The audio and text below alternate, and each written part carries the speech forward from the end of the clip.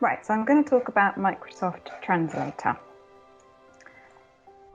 So what I'm going to do in the presentation is I'm going to talk through how you find Microsoft Translator, where you get that app from, then how you download it and how you start to use it. And then I'm going to start also talking about the different ways that you can use it in an educational setting.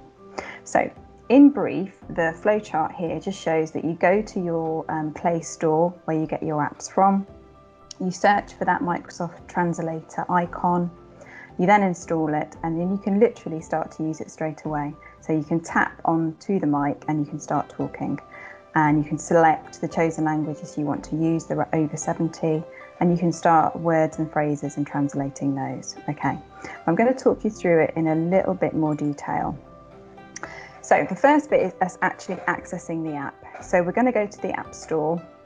So depending on what kind of device you use, you will need to go to the App Store that you usually go to. And this is a free app to download. You can put this onto your mobile phone, which is really nice and easy. You can put it onto a laptop, a tablet, an iPad. So you can already see the different ways that you can use this in the classroom. So what you need to do is search for the Microsoft Translator app, and it looks like this. It's that green icon. And then, as you normally would, you just pull that down. It's free, and you can start to use it straight away. So when the app opens up, you will see this hello screen, and in the center is that microphone, which you just tap and you can start talking. And straight away you can start saying words or phrases, and it will translate into your chosen language. So you can see when you look at the bottom of that screen where the arrows are, the different languages that you can choose to use. So I've selected English into Spanish, and there are, as I said, over 70 different languages. So you can see how this can really help if language is a barrier in the classroom or in some of your meetings with colleagues. This can really help us break down those barriers. Okay. So thinking about the different ways we can use it then. So Microsoft Translator app can be used within your teaching in the classroom. So when you're doing live teaching and presentations, it can be used in those one-to-one parent-teacher meetings or conversations with pupils. You can use it within study groups and some of the different Microsoft applications that we have. In particular, though, it's those one-to-one conversations that I'm going to explore a little bit more with you now, so we can think about how we can break those barriers down and ensure that everybody is getting their voice heard.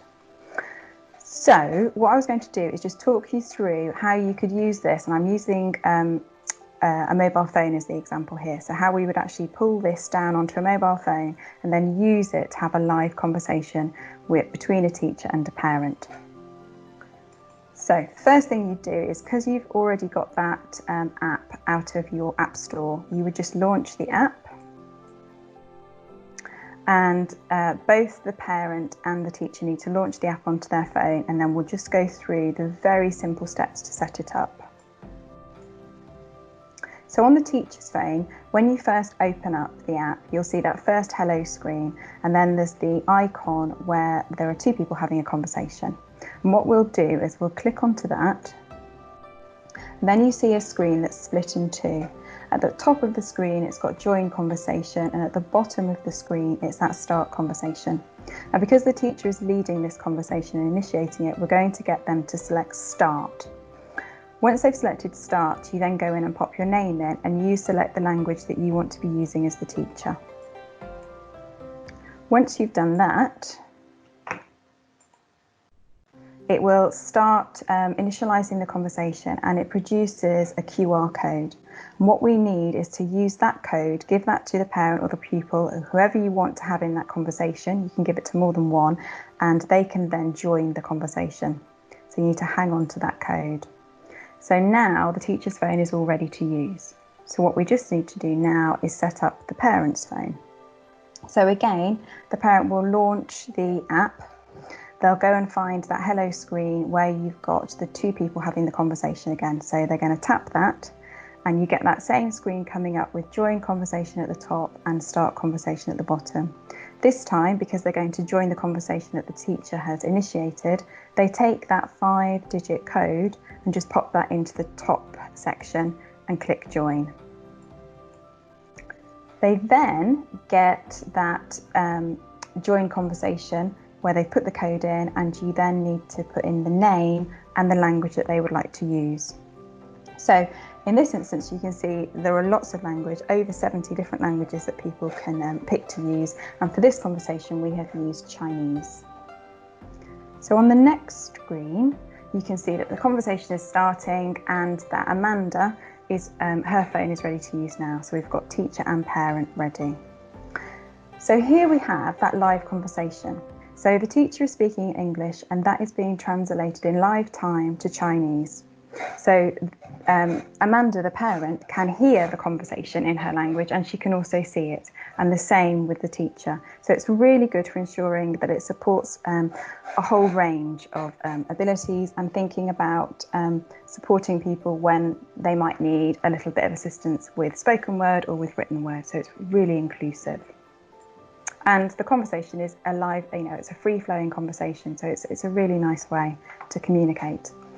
So thinking about what Microsoft Translator works in already, so we in schools are very familiar with many of these different applications, and Microsoft Translator is already embedded in these. So within Word you can use this.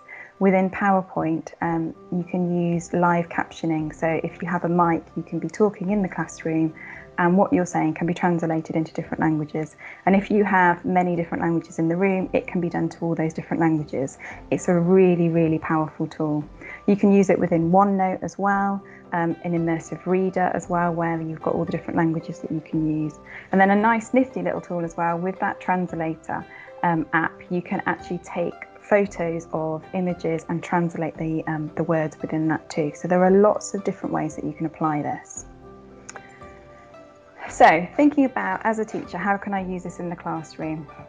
So you can translate your lessons in live time. So in the room you can have many different languages and you can set it up so it's translating to people in their own language, so ensuring that everybody can access the education. It's great to have in one-to-one or small group conversations, so when you're talking to pupils or parents, to get that free-flowing conversation. This is a tool that can also support you when you're doing public events in school, so assemblies or parents' evenings or information evenings. And again, if you think about in an information evening, you may have many different languages. You can actually set this up so that people can access in their chosen language. So it's a really supportive tool. And another way to use it is in those professional meetings that we often have in schools, where again language could be a barrier. So at the beginning of that professional meeting, the different agencies, the different individuals involved can actually set up do that very quick process of generating that code so that everybody on their device, whether they have a mobile phone or a laptop or a tablet, you can actually have that free-flowing conversation. And again, that ensures that everybody's views and voices are heard. So it's a really powerful tool. Yes, so Yogi is a SENCo in a Birmingham school, and we were looking at this app together, weren't we? And I was showing you the potential for it. So what do you think, Yogi? Okay, sorry, apologies, I'll start again. So yes, I've tried the app. I tried it in my own home language, which is Gujarati, and I thought, let's see if the words are sort of correct, or if they come out the right way. And it was absolutely spot on. It was really, really useful. And then that got me really thinking about ways that I could possibly use it in the school myself. So, I was sort of thinking about sort of SENCo meetings, any statutory meetings that I have around EHCPs, EHCP review meetings, where language is a real barrier for a lot of our parents. Again, there's no I didn't understand what you were saying in the meeting and I've agreed to something. So there's no hiding behind anything. It's very, very transparent, a very open meeting. I can also use it in my SENCo review meetings as well, where we talk about targets and next steps for children.